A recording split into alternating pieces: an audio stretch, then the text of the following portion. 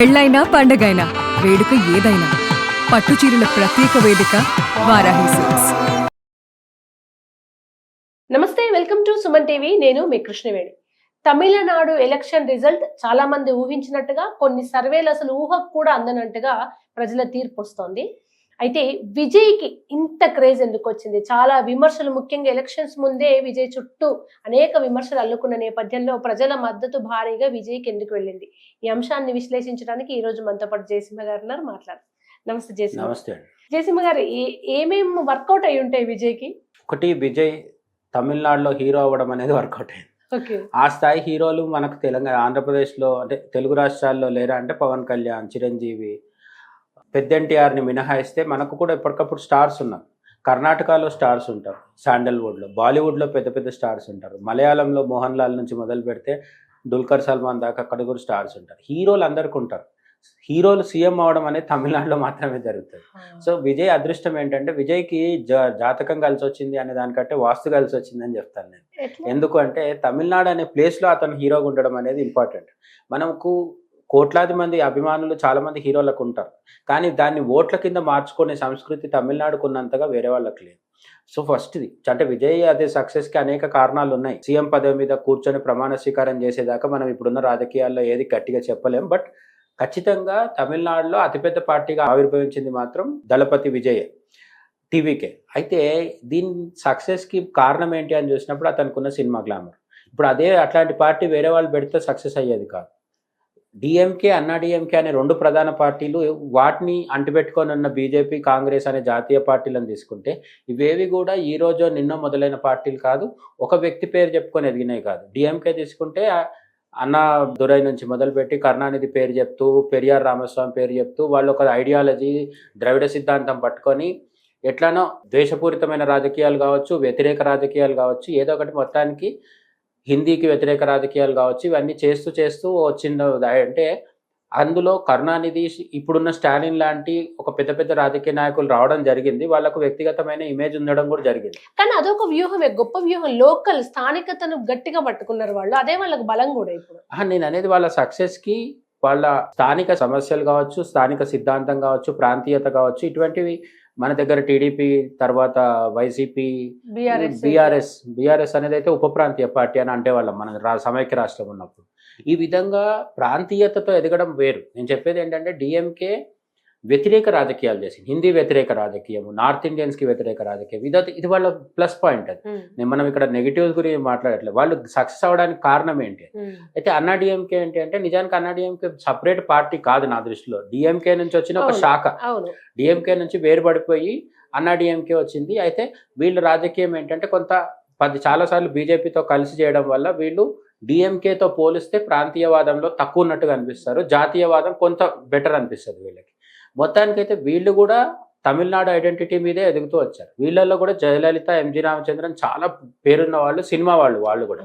అయినప్పటికీ కూడా ఒక వ్యక్తి తన ఇమేజ్నే పెట్టుబడిగా పెట్టి పార్టీ పెట్టేసి వెంటనే సీఎం అయ్యేంత హంగామా జరగడం అనేది విజయ్ విషయంలో జరిగింది. అంతకుముందు ఎంజి రామచంద్రన్ అయినప్పటికీ కూడా ఆయన డిఎంకేలో కొన్ని రోజులుండి అప్పుడు సీఎం అయ్యారు. ఆ తర్వాత ఎంజి రామచంద్రన్ సీఎంగా ఉన్న నేపథ్యాన్ని తీసుకొని జయలలిత సీఎం అయింది. అంటే వాళ్ళు సినిమా నేపథ్యం నుంచి వచ్చి డైరెక్ట్గా సీఎం అయిపోలే. అటువంటి పని చేసింది మన సీనియర్ ఎన్టీఆర్ ఒకరు. పెట్టిన 9 నెలల్లో సీఎం అయిపోయారు. ఇప్పుడు విజయ్ కూడా అటువంటి పని చేసినట్టుగా మనం ఒప్పుకోవాల్సిన పని. అయితే ఎన్టీఆర్ది ప్రభంజనం. అయితే ఎన్టీఆర్ గారికి ఇంత విమర్శలు రాలేదు. కరెక్ట్ ఎలక్షన్స్ ముందు భార్య వ్యతిరేకించడము, సొంత కొడుకు వచ్చి వ్యతిరేకించడము, త్రిష ఎపిసోడ్లకు ఎంటర్ అవ్వడంతో ఫ్యామిలీ వాళ్ళు చాలా మంది ఇష్టపడరు, వెయ్యరు అనుకుంటే అంత తల్లకిందులైపోయింది. అంటే మనకి ఇప్పుడు ఈ ఎన్నికల్లో పెద్దగా చర్చకు రాని విషయము అంతకు ముందే జరిగింది. ఏంటి అంటే, విజయ్కి వాళ్ళ ఫాదర్తో కూడా సమస్యలు ఉన్నాయి. వాళ్ళ ఫాదర్ కూడా సినిమా ఇండస్ట్రీ, అతనే నిర్మాత, దర్శకుడు కూడా అతను.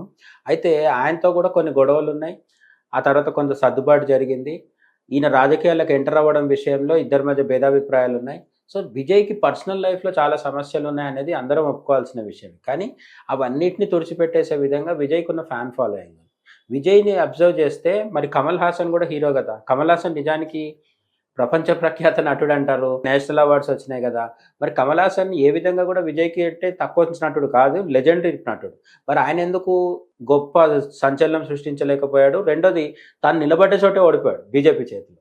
ఎందుకు అంటే ఆయన తీసుకున్న స్టాండ్లోనే సమస్య ఉంది. రెండోది, అతను ఉన్న ఇమేజ్. ఇతని పూర్తి పేరు జోసెఫ్ విజయ్, మనం ఏమని పిలుస్తాం, దళపతి విజయ్ అని పిలుస్తాము.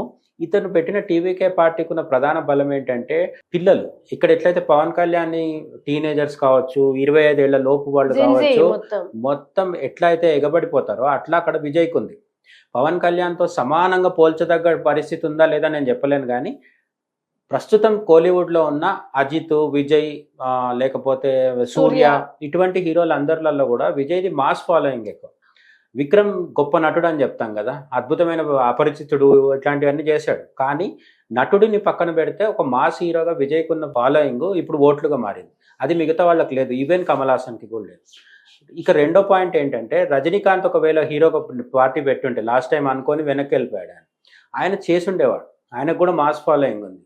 ఆయన గొప్ప నటుడు అని చెప్పేసి ఎవరు ఫాలో అవ్వరు. ఆయనది ఒక మ్యాజిక్ అంతే. ఆయన తెర మీద కనిపిస్తే చాలనుకునే అభిమానులు చాలామంది ఉంటారు. కానీ ఆయన వెనక్కి వెళ్ళిపోయాడు, అది పెట్టలేదు.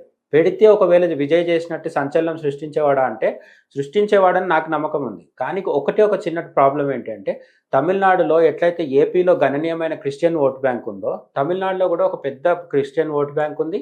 వాళ్ళు విజయాల్ని శాసిస్తారు. ప్రభుత్వం తీసుకునే నిర్ణయాల మీద కూడా వాళ్ళ ప్రభావం ఉంటుంది. డిఎంకే ఎప్పుడు కూడా ప్రో క్రిస్టియన్.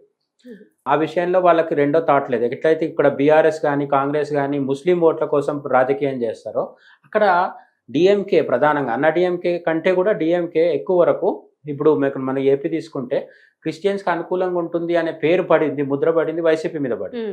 టీడీపీ ఏం వ్యతిరేకం కాదు క్రిస్టియన్లకి, కానీ కొంత వైసీపీకి జగన్ కి క్రిస్టియన్ ఓట్లు పడే అవకాశం. సేమ్ సీన్ అంటే సేమ్ జగన్ కున్న ప్లస్ పాయింట్ విజయ్కి పనిచేసిందని నాకు అనిపిస్తుంది. అతని పేరు జోసెఫ్ విజయ్ అని చెప్పాను కదా, మామూలు ఫ్యాన్స్ అందరూ అతన్ని విజయ్గా చూస్తారు, కానీ క్రిస్టియన్ ఓటర్లు అతన్ని జోసెఫ్ విజయ్గా చూస్తారు. So Jagan plus Pawan is equal to Vijay కూర్చున్నాడు. కరెక్ట్. ఎందుకంటే జగన్ కి క్రిస్టియన్స్ లో ఓట్ బ్యాంక్ ఉంది, సంక్షేమ పథకాలు అంటే తను రాష్ట్రాన్ని మారుస్తాడని ఒకప్పుడు నమ్మారు యంగ్ లీడర్ అని చెప్పి. At the same time Pawan కళ్యాణ్కి సినిమా గ్లామర్ ఉంది. ఇక్కడ ఇతనికి రెండు కలిసి వచ్చింది. సినిమా గ్లామర్ ఉంది, క్రిస్టియన్ ఓట్ బ్యాంక్ ఉంది, యూత్లో ఫాలోయింగ్ ఉంది, అర్బన్ ఇంకా తమిళనాడులో గ్రామీణ ఓటర్లతో పాటు చెన్నై సిటీ నడిబొడ్డులో ఉండే ఓటర్లు కావచ్చు, కోయంబత్తూరు లేకపోతే మధురై అంటే పెద్ద పెద్ద అర్బన్ సెంటర్స్ ఏవైతున్నాయో అక్కడ ఉండే పిల్లలు కూడా ఉంటారు. రోజు ఇంటర్కో, డిగ్రీకో, ఎంబీఏకో వెళ్ళే పిల్లలు కూడా ఉంటారు కదా. వీళ్ళందరూ కూడా తన ఇష్టం.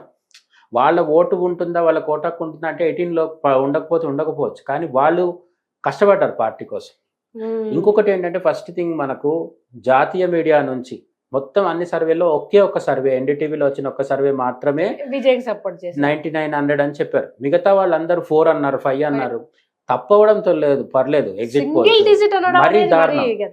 ఎందుకు అంత పొరపాటు జరిగింది అంటే, ఒకటి డిఎంకేను అతిగా అంచనా వేసుకున్నారు. డిఎంకేకి చాలా ఓట్లు వస్తాయని అంచనా వేసుకున్నారు.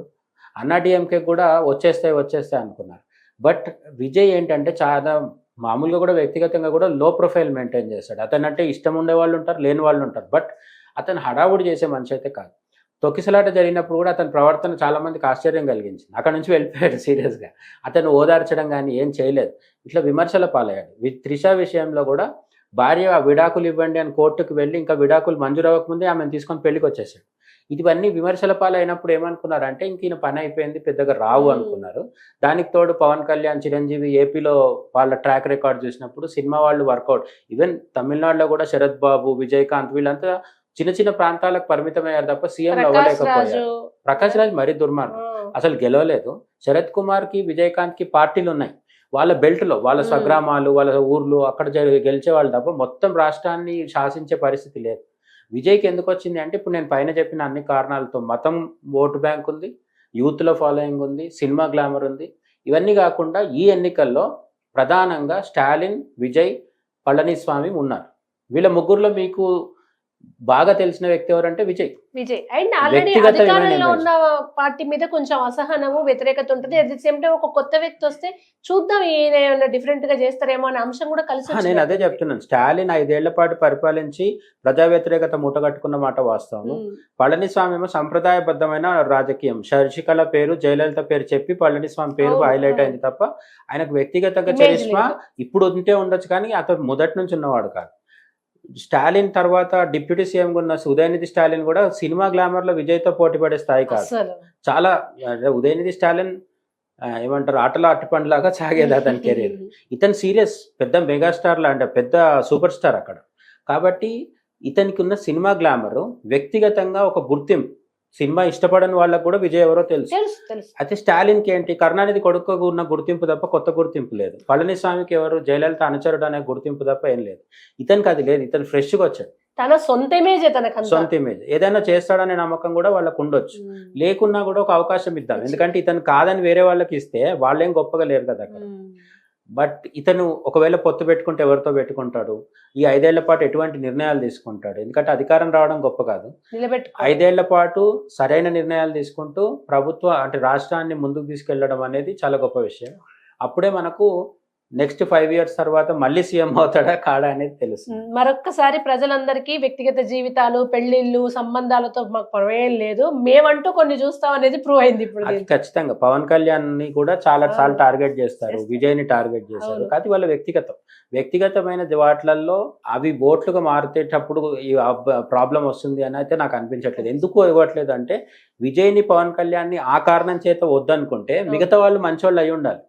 మన రాజకీయాల్లో ఎవరు క్లీన్ గా లేదు, ఎవరు క్లీన్ గా లేదు, ఎవరికి అందరికి ఏదో ఒక సమస్య ఉంది. కాబట్టి వీళ్ళలో ఫ్రెష్ వాడిని తీసుకుందామా లేదంటే తక్కువ అవినీతి పరుడిని తీసుకుందామా ఇది ఆలోచిస్తాం. Thank you so much Jayasimha గారు.